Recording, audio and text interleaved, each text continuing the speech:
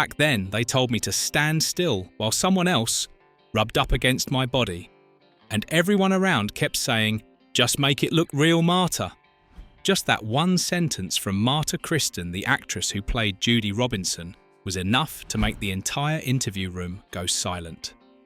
Because it revealed a dark side that Lost in Space had hidden for more than half a century. A show the audience always believed was pure, family-friendly, innocent. But the truth was nowhere near as clean as the shiny silver surface of the Jupiter 2. It turns out Lost in Space was originally meant to have a much darker tone. It turns out Dr. Smith was once written as a morally corrupt villain, so disturbing that CBS panicked. Color him yellow and call him coward, you quivering quintessence of fear. Well, where are you, you bellicose bumpkin? It turns out the mother of the Robinson family had to perform dangerous stunts without any safety protection. And it turns out the only child actor on set was worked to the point of violating labour laws simply because CBS didn't want to spend money on reshoots. So how many truths did Lost in Space hide that the audience never got to see? Here are the 10 most shocking revelations confirmed by the cast themselves. Secrets that fans never had a chance to hear, not in 60 years. Marta Kristen reveals the deleted 18-plus scene CBS destroyed forever. Huh? I don't want to be a big brave girl. I want to go home. Oh, if you say that again, I'll... Marta, Kristen, the actress who played Judy Robinson. The golden daughter of the Robinson family admitted for the first time that there was a scene that nearly destroyed the show's family-friendly image. I've never told anyone this before, but we once filmed a scene that when we watched it back, everyone understood instantly why CBS had to destroy the reel. In that scene, Judy is captured by an alien creature. In the script, the creature was only meant to restrain her for dramatic tension. But during filming, the director wanted to try a more primal, more intimate version to emphasize the creature's threat. No one expected that this intimacy would go far beyond what 1960s television could allow. Marta explained that the creature played by an actor in a rubber suit was instructed to approach Judy in a way that made the audience feel violated.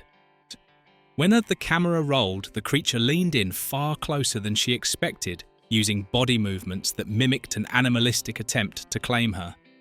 Marta instinctively recoiled, but the director shouted from behind the camera, "Hold it! Stay there! Let the real emotion show." The discomfort Marta felt in that moment was real, very real. And when the footage was reviewed in the editing room, the atmosphere instantly went cold. Some crew members described it as so adult it could never be shown to the public. It violated every rule of safe family television CBS was trying to maintain. Marta still remembers what CBS told her when they decided to destroy the reel. That scene is too sensitive. It cannot exist. The footage was cut, locked away, and later confirmed to have been completely destroyed. No one outside the production has ever seen it. No collector owns a copy. It vanished from history as if it never existed. But for Marta, the memory remains painfully vivid. I felt uncomfortable, very uncomfortable, but back then actresses didn't have the right to say no, and that was only the first secret.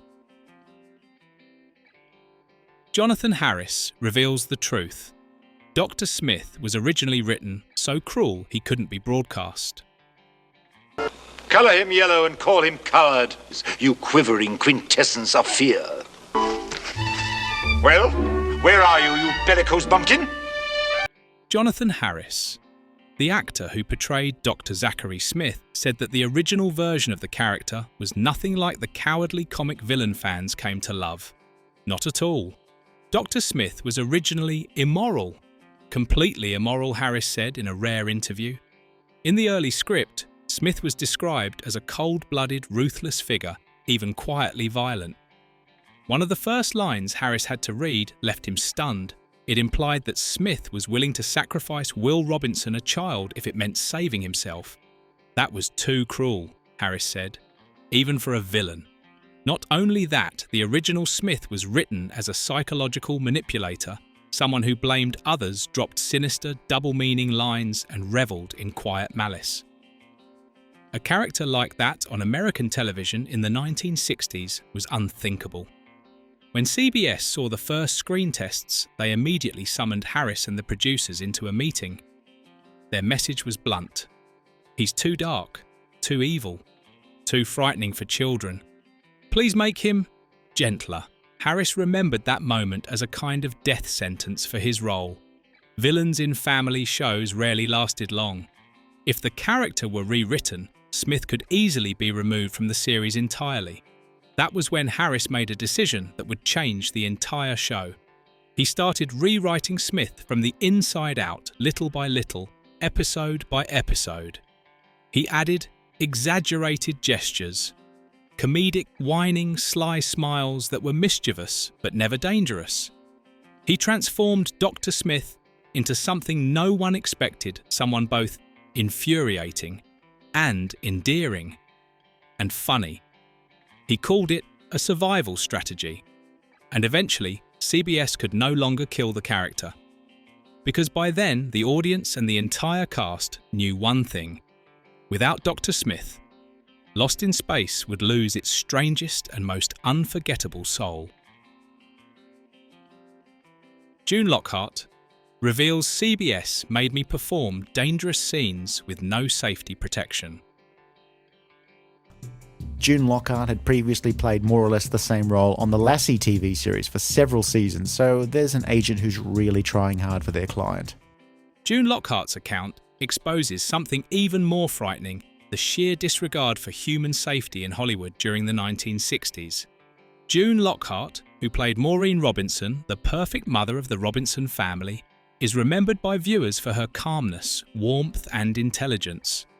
But behind those scenes of her comforting will, or standing gracefully beside John Robinson, was a dark truth CBS never wanted fans to know.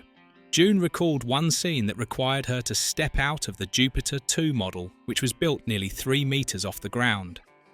Instead of using a safety platform or padding the floor, the crew laid down only a thin carpet, mainly to muffle sound, not to protect the actors. Then it happened.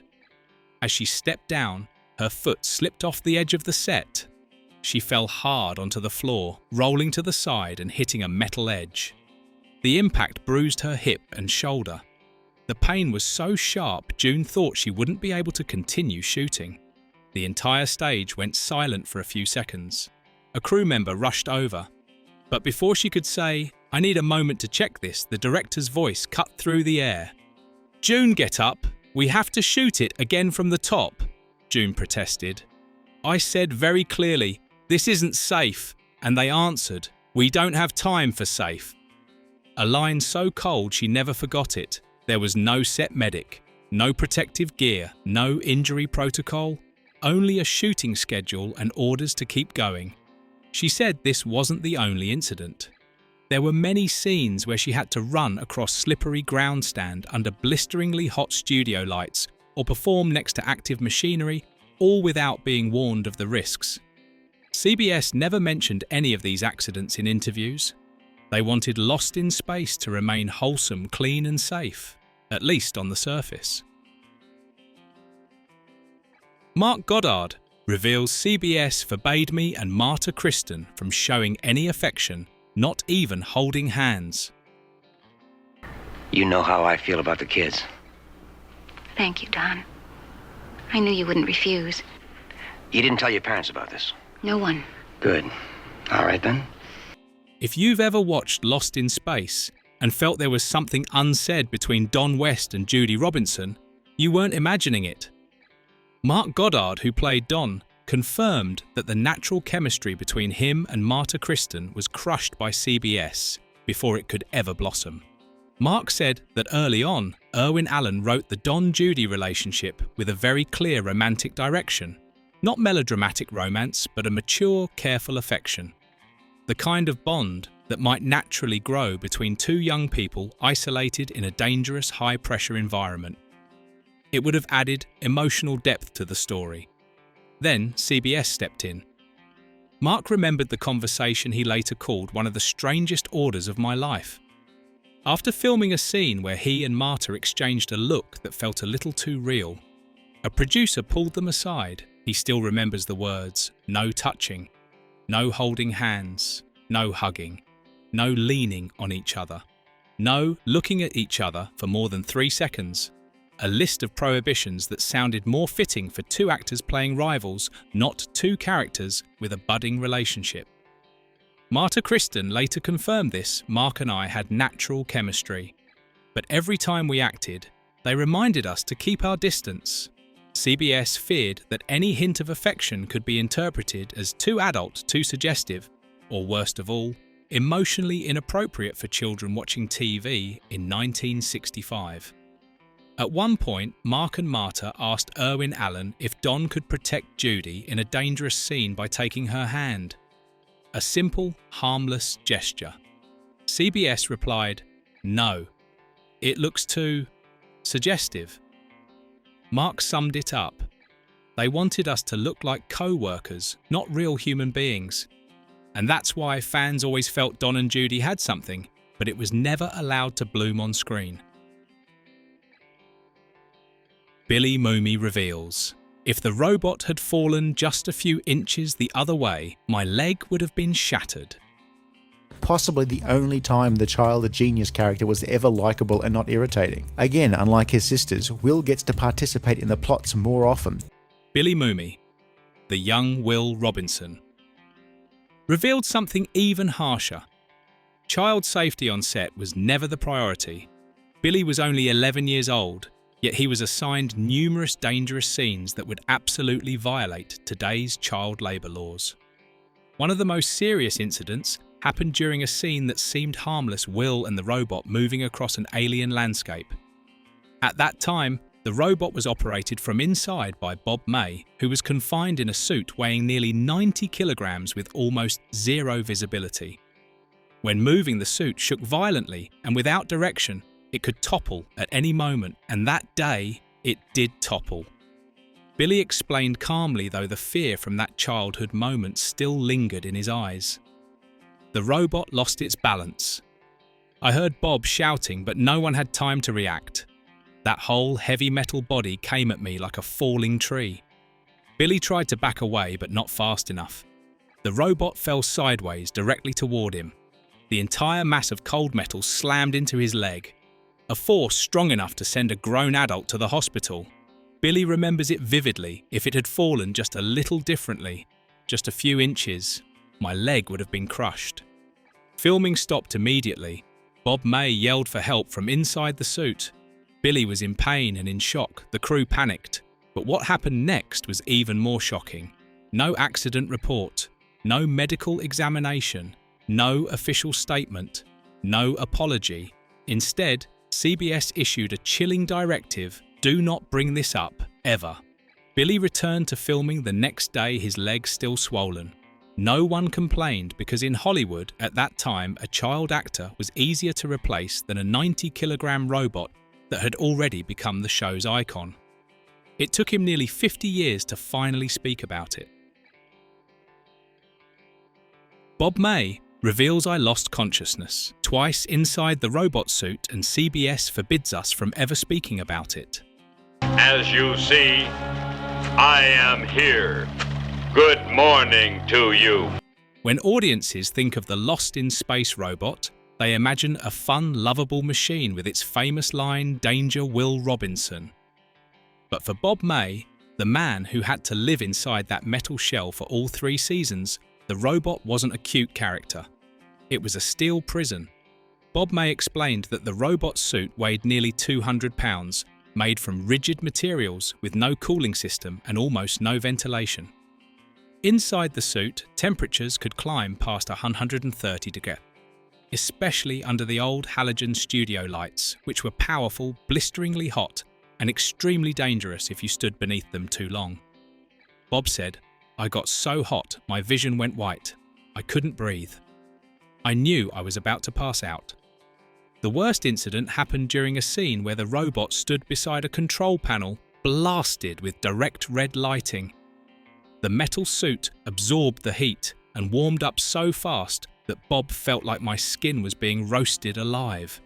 But because the robot had to remain perfectly still in the shot, he couldn't move or signal for help. Bob whispered to a technician, but the roar of the stage fans and machinery drowned him out. Seconds later, his head spun. Sweat flooded into his mouth and he couldn't wipe it away. His breathing turned ragged, his vision blurred. The camera kept rolling. I just remember saying, "I'm not okay, I'm not okay," and then everything went black. Bob May passed out inside the suit. 2 crew members rushed over using their full strength to lift the robot torso off him. When they finally pulled him out, he was barely breathing, pale, soaked in sweat, as if he'd been dragged out of a steam chamber. And sadly, that wasn't the only time. The second incident happened almost identically. The suit overheated. Bob became severely dehydrated and he collapsed again. But the darkest part wasn't the accidents themselves, it was CBS's reaction. According to Bob, "They told us no one is ever allowed to mention this. No press, no interviews, no word of mouth." CBS feared the public discovering that the most beloved character for children was being performed in conditions dangerous enough to kill a man. And that truth was buried for decades. Guy Williams reveals, "I was demoted from Zorro to a helpless father who just stands around." He's your typically sensible, leading man and father figure, assuming your father is an astrophysicist astronaut with a ray gun. He's also one of those cool dads who lets his daughter's boyfriend accompany the family on vacations. Of all the confessions from the Lost in Space cast, Guy Williams might be the most heartbreaking. Not about danger or injuries, but about the humiliation of a once iconic hero being reduced to a background character in the very show he was promised would be his. Before Lost in Space, Guy Williams was Zorro, a television legend, a global symbol of masculinity, a heroic icon adored around the world. When he signed with CBS, he believed he would again play the leader John Robinson, the father explorer and head of the Robinson family. A noble, strong, moral pillar of the series. But things changed fast. Guy said that the deeper they got into Season 1, the more he realised the spotlight was shifting away from him. The scripts increasingly focused on Dr. Smith, a character originally intended to appear for only a few episodes. But after Jonathan Harris transformed Smith into a comedic, flamboyant, scene-stealing figure, CBS pushed the show's entire focus toward him. And John Robinson. Less dialogue. Fewer action scenes. Fewer meaningful moments with his own family. Guy remembered one shooting week where across 5 full days he didn't have a single significant scene. He wasn't just pushed out of the centre, he was turned into a decorative character, sometimes even feeling like an unnecessary presence in the Robinson family he was supposed to lead. I signed on to play a hero. They turned me into a man who just stands and watches. That sentence revealed the wounded pride of an actor who had once stood at the top of Hollywood. Multiple crew members confirmed that Guy's demeanour changed noticeably. He grew quieter, less sociable, more distant, especially toward Jonathan Harris, who had stolen the spotlight though, unintentionally. It wasn't jealousy. It was betrayal by the very network that had promised him, "You will be the star." Instead, Guy became what he hated most. A weak, worried father, always reacting, never leading, the complete opposite of Zorro. This was the real reason he drifted away from the production, and the career wound that stayed with him for the rest of his life. Billy Mooney reveals, "I worked 12 hours a day. Completely illegal under child labour laws." Billy was only 11 years old when Lost in Space began filming. Under the laws of the time, children were allowed to work a maximum of 6 hours per day, including their mandatory on-set school time. But Billy's experience was nothing like that. There were days I worked 12 hours, and children aren't allowed to do that, but no one cares. One sentence that exposes the raw truth of an era. Originally, Billy's schedule was reasonable. But when CBS realised Will Robinson was the most popular character among young viewers, They wanted more scenes, more emotions, more interactions, meaning Billy had to be on set constantly. He didn't just act, he had to study on set as well. But on days when filming ran long school hours were simply cancelled, and when labour protection officials raised concerns, CBS had a solution. They told the crew not to record Billy's real working hours, not to file accurate reports, and absolutely not to let the press find out. When a studio teacher objected to Billy being overworked, they were replaced by the end of the week. Billy recalled, "There were times I was so tired I'd fall asleep in a chair, and when I woke up, they'd pull me straight into the next scene." There was no one truly protecting him. No stage parent could interfere with scheduling. No medical supervisor for child actors a requirement today, but unheard of then. Even as a child, Billy understood that silence was the only way to keep his role. Only decades later, long after Lost in Space became a distant memory, did he finally speak the truth. "I wasn't supposed to work that much, but I was the kid on the show, and everyone thought, kids don't get tired." A revelation that makes anyone rewatching Lost in Space shudder, because behind Will Robinson's bright smile was an exhausted boy fighting to survive a brutal schedule. Mark Goddard reveals, "We were forced to sign a gag clause. Anyone who criticised the scripts would be removed from the show." Mark Goddard, the actor who played Major Don West, exposed yet another dark side CBS controlled the cast's voices so aggressively that today it would be considered outright unethical. "We signed a gag clause. If we said anything bad about the scripts, even one sentence, we were threatened with being removed from the show." This was not an exaggeration. It was a real requirement presented to the cast when their contracts were renewed for season 2. According to Mark, the clause didn't just forbid criticising the scripts in interviews, it forbade any negative comments, even casual remarks among the actors in the dressing room. The reason? By that point, the Lost in Space scripts were being ridiculed by critics for becoming too silly. Older fans were disappointed that the show had drifted into slapstick. The cast themselves were growing frustrated, especially Guy Williams. CBS feared that if any actor spoke openly, the public would question the quality of the series at a time when the network had already committed a large budget to seasons 2 and 3. So the network imposed a policy of absolute silence. Mark recalled a 2-hour internal meeting where CBS representatives warned, "If anyone embarrasses CBS, they will not return next season." They didn't stop at threats, they monitored the actors closely. All interviews were pre-screened. Any sensitive answers were cut before publication. The cast had to send CBS transcripts for approval before appearing on television. A colleague even told Mark that after casually remarking, "This week's script is a bit silly that actors' scenes were cut down for 3 consecutive episodes." On Lost in Space, laughter rang out every week, but behind it was a workplace where actors had no right to speak, no right to protest, and no power to protect the artistic integrity of their own performances.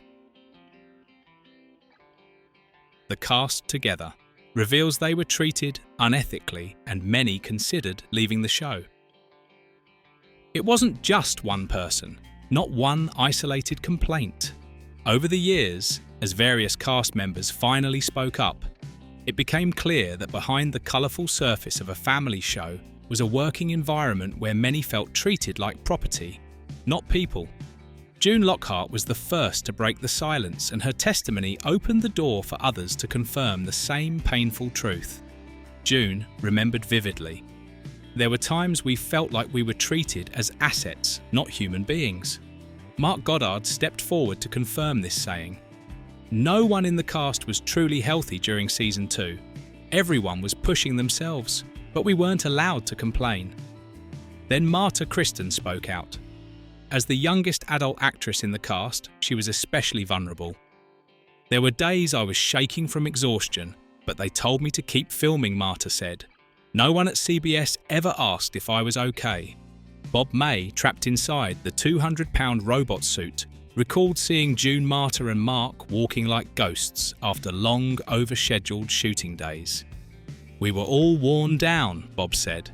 But CBS only seemed to care about one thing: staying on schedule. Even Jonathan Harris, the one cast member who always maintained humour through every scandal, admitted. The atmosphere on set got darker and darker. We weren't laughing for real anymore. We were just performing laughter. The combination of grueling hours, dangerous working conditions and enforced silence slowly fractured the cast throughout seasons 2 and 3. Not because they disliked one another, but because each of them was forced into survival mode, struggling just to get through each week. No one had the energy to be anyone else's support system. And all of them, June, Mark, Marta, Billy. Even Bob admitted there were moments when they wanted to quit the show. Not because Lost in Space failed, but because they were not treated like human beings. After hearing what the cast themselves endured, it becomes almost impossible to view Lost in Space as a harmless family series. Behind every smile was a bruise. Behind every thrilling adventure was an illegal work schedule, a fainting actor inside a 200-pound suit, and real danger that CBS worked hard to conceal. Lost in Space created childhood memories for millions, but the price the cast paid, none of us ever saw. What about you? Did you always think Lost in Space was harmless? Or can you now sense a shadow you never knew how to name? Leave your thoughts in the comments, we want to hear your take. And don't forget to like, subscribe and ring the notification bell. Because there are many more Hollywood secrets the cast never dared to tell until now.